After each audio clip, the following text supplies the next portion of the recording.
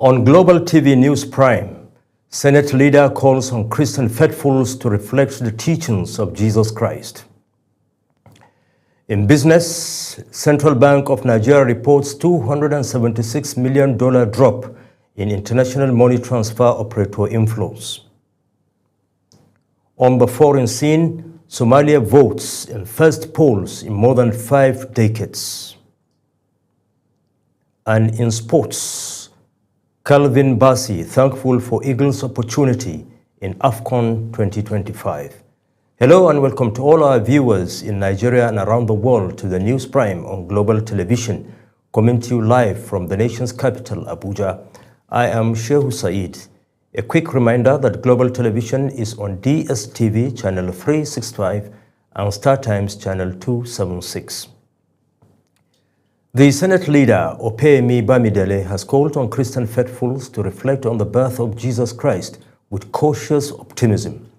In his Christmas message, the Senate leader said, Christ came with a message of love, redemption, and salvation, and his birth offers the world hope in times of despair and peace amidst global turbulence.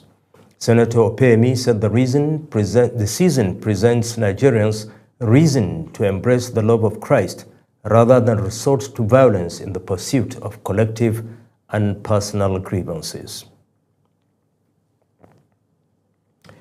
Every year, December 26th arrives quietly just after the excitement of Christmas Day.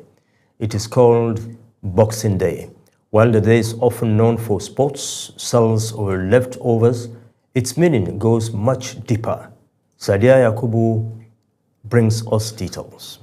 The name Boxing Day dates back hundreds of years. Traditionally, it is a day when boxes of gifts were given to those who had worked through Christmas, servants, tradespeople, and those less privileged. Churches would also open their donation boxes, sharing what had been collected with people in need.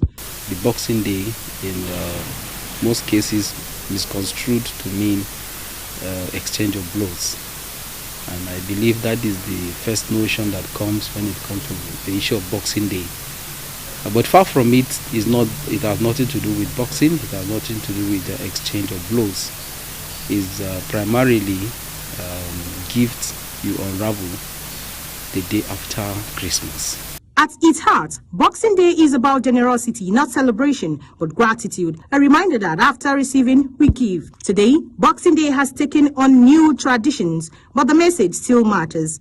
It's a day to slow down, to say thank you, and to think about others, whether through kindness, time, or simply checking in. Boxing Day is the day for family celebration, food, good music. Because I'm here with my family. Okay, why are you here today? I'm here to play with some of my friends. Over time, the way we mark Boxing Day has changed. Today, it's known for family time, travel, sports, and modern traditions. Yet, the original meaning still resonates. It's a day to slow down, reflect, and think beyond ourselves. A moment to appreciate what we have and consider others. While Christmas Day celebrates joy and togetherness, Boxing Day does the same. Boxing Day means exchanging of gifts with loved ones. Sadia Yakubu reporting for Global Television News. Thank you, Sadia. Christians in Kano State have joined their counterparts across the world to commemorate this year's Christmas celebration, marking the birth of Jesus Christ. Global TV correspondent Idris Jibrin reports that special church services were held, featuring prayers for Nigeria's unity, peace, and peaceful coexistence among citizens. Christmas in Kano, Nigeria's center of Islamic learning and one of the country's most historic and culturally rich cities, presents the Christian community with a unique blend of faith and tradition. Across the state, churches organize special services and carol concert, drawing worshippers together in a joyful celebration of the season.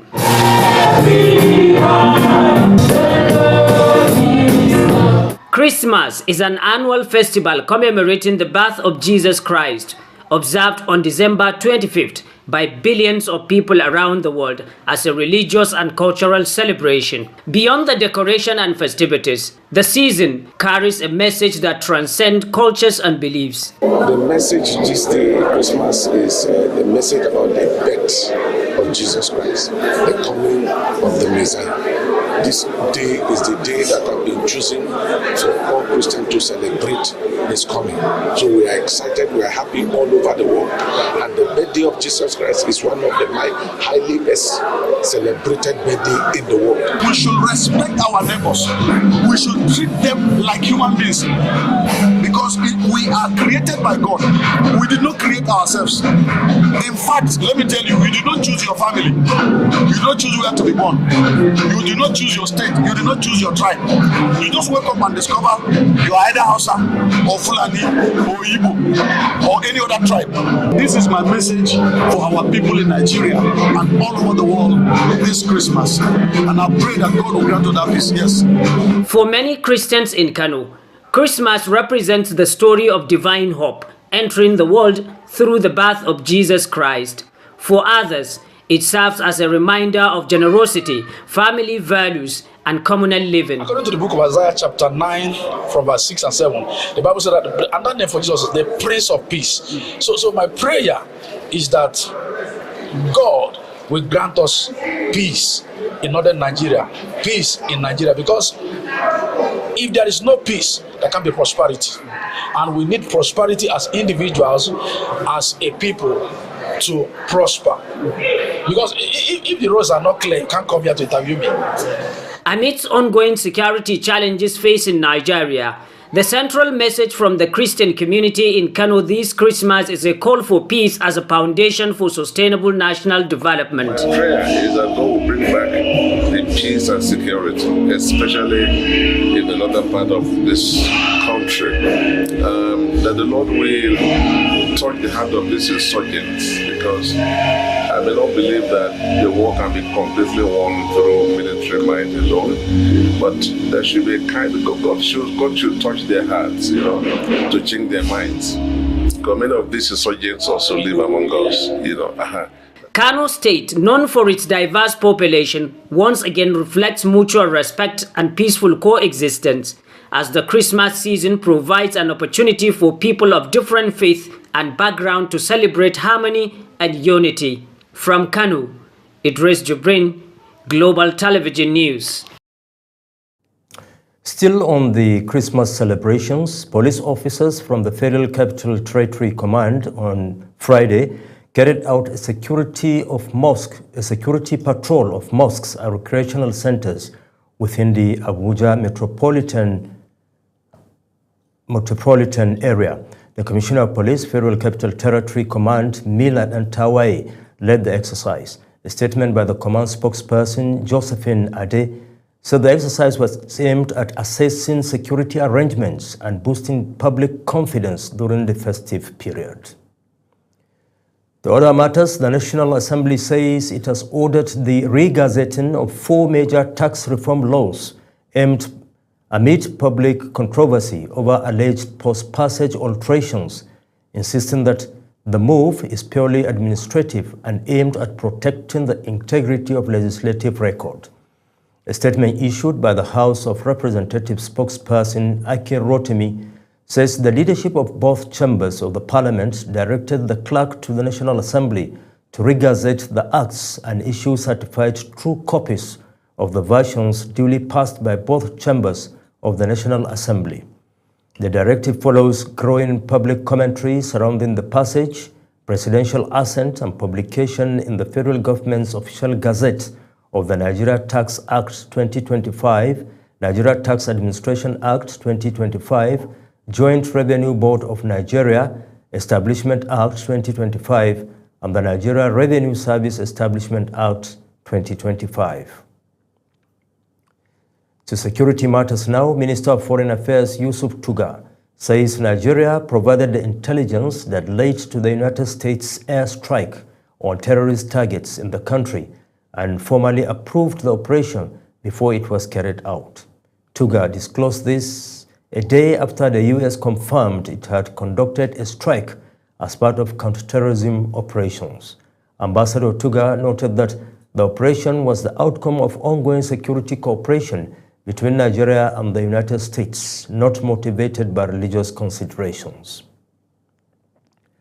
President Bola Tinubu has congratulated former national chairman of the All Progressives Congress APC and political ally Dr. Abdullahi Umar Ganduje on his 76th birthday, describing him as an intelligent politician and accomplished administrator with over 5 decades of public service. President Tinubu noted that Dr. Abdullahi Umar Ganduje's roles as a senior administrator in the Federal Capital Territory, Kano State Commissioner for Works, 2-time Deputy Governor, 2-time Governor, and his current position as Chairman of the Federal Airports Authority of Nigeria, FAN.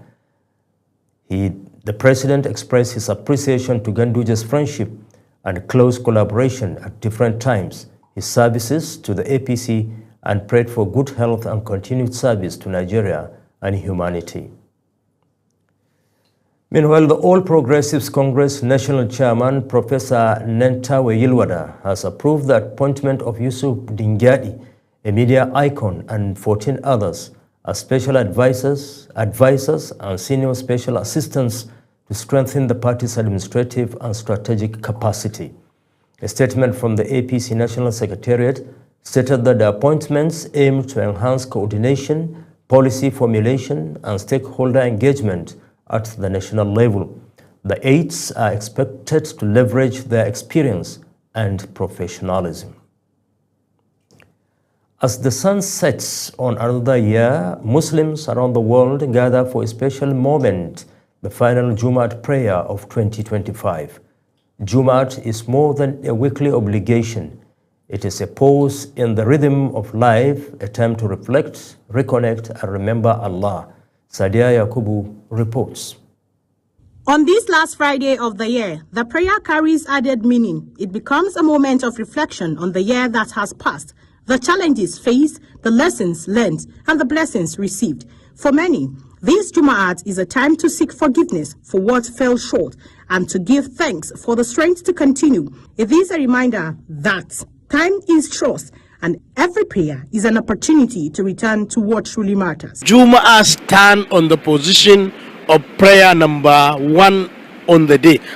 As khutbah is delivered and hands are raised in dua, heart turns toward hope for guidance and for a new year lived with greater faith, patience and compassion. On this last Friday of the year, that pulse feels deeper. It becomes a time to look back at the days that passed quickly, the trials that tested patience, and the blessings that may have gone unnoticed. So it is very, very important. You cannot differentiate, but the attendance of the special Jummah at mosque is very, very significant. Inside mosque, hearts are quietly busy seeking forgiveness for mistakes, offering gratitude for strength, guidance, and mercy. The khutbah reminds us that time is precious. Every prayer is an opportunity to reset our intentions and renew our connection with Allah. As hands are raised in dua, many look ahead, hoping the coming year will be filled with stronger faith, kinder actions, and deeper purpose. The last Jumu'ah of 2025 is not an ending, but a reminder that each Friday is a gift and every moment is a chance to begin again. Sadia Yakubu, reporting for Global Television News. You are watching the live broadcast of News Cycle. When News Cycle returns, Somalia votes in first polls in more than 5 decades. Details coming shortly, plus business and sports stories on the other side of this break. Please stay with us.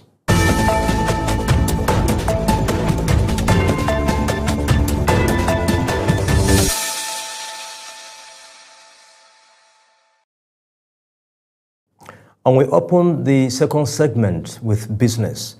International money transfer operator inflows into Nigeria fell by 11.78% in the first half of 2025 compared with the same period of last year, according to new figures from the Central Bank of Nigeria's latest quarterly statistical bulletin.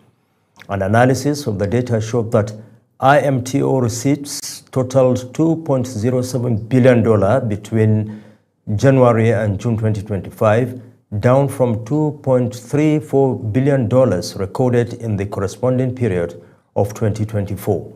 This represents a decline of about $275.93 million year-on-year, showing pressure in an important non-oil foreign exchange source at a time the monetary authorities are banking on remittances to support market liquidity. The Minister of Aviation and Aerospace Development, Festus Keyamo, has reshuffled critical directors in the Nigeria Civil Aviation Authority following rumors of serious corrupt practices by key officers of the Aviation Regulatory Agency. The reshuffle of the senior officers may not be unconnected with allegations of inefficiency and compromised oversight in the agency's Directorate of Airworthiness Standards. This comes as the Nigeria Safety Investigation Board on December 14, 2025 and December 16, 2025 respectively issued reports indicating major aircraft incidents involving unscheduled aircraft. And we move to the foreign scene where Somalians have turned out in droves to vote in local elections in the capital Mogadishu, the first by universal suffrage in nearly 60 years, with the city locked down amid security concerns. The East African country is struggling to emerge from decades of conflict and chaos, battling a bloodily Islamist insurgency and frequent natural disasters. Uyi Agbomofuegbe completes the report. Long lines snaked outside 7 polling stations in the capital, with those waiting impatient and excited to cast their ballots. The country's president, Hassan Sheikh Mahmoud, cast his ballots in Mogadishu during Somalia's first local elections in nearly 60 years. The East African nation is striving to emerge from decades of conflict and instability as it continues to battle a violent insurgency and cope with recurring natural disasters. The polls will serve as a test of the direct voting system championed by the president amid opposition from the country's states who say it is a bid to centralize power in Mogadishu. The volatile nation has stepped up security ahead of the polls with more than 10,000. The volatile nation has stepped up security ahead of the polls with more than 10,000 security personnel deployed across the capital. Uyi Agbomofuegbe reporting for Global TV News. Former Malaysian Prime Minister Najib Razak has been found guilty on Friday of abusing his power to plunder millions from the 1MDB Sovereign Wealth Fund and launder the proceeds. His sentencing, expected later on Friday, is likely to heap years onto the 6-year term he's already serving for a separate case related to the now defunct state investment vehicle. Presiding Judge Colin Lawrence convicted the 72-year-old former leader on all 4 counts of abuse of power, as well as all 21 counts of money laundering involving around $2.28 billion from the fund. And we move to the world of sports, where Fulham defender Calvin Bassey has reflected on the opportunity to represent Nigeria, describing it as a moment of gratitude after overcoming early career setbacks. Bassey has emerged as one of Nigeria's most consistent defenders, marshalling the backline as the Super Eagles pursue a 4th continental title at the ongoing 2025 Africa Cup of Nations in Morocco. Meanwhile, Super Eagles coach Eric Chelle has assured Nigerians that the team will continue to improve at the Africa Cup of Nations. His comments followed Nigeria's 2-1 victory over Tanzania in their opening match. Chelle praised the team's strong first-half performance, but noted a drop in intensity later in the game. And that's the size of our bulletin, but before we go, here is a recap of our top stories. We told you that Senate leader Opeyemi Bamidele has called on Christian faithfuls to reflect on the birth of Jesus Christ with cautious optimism. In business, we told you that international money transfer operator inflows into Nigeria fell by 11.78% in the first half of 2025 compared with the same period of last year, according to new figures from the Central Bank of Nigeria's latest quarterly statistical bulletin. On the foreign scene, Somalians have turned out in droves to vote in local elections in the capital Mogadishu, the first by universal suffrage in nearly 60 years, with the city locked down amid security concerns. And in sports, we told you that Fulham defender Calvin Bassey has reflected on the opportunity to represent Nigeria, describing it as a moment of gratitude after overcoming early career setbacks. And that's it on News Prime. A quick reminder that Global TV is on DSTV channel 365 and StarTimes channel 276. Kindly follow us across all social media platforms now showing on your screen using @GlobalTVNG. I am Shehu Saeed, wishing all of you a pleasant weekend.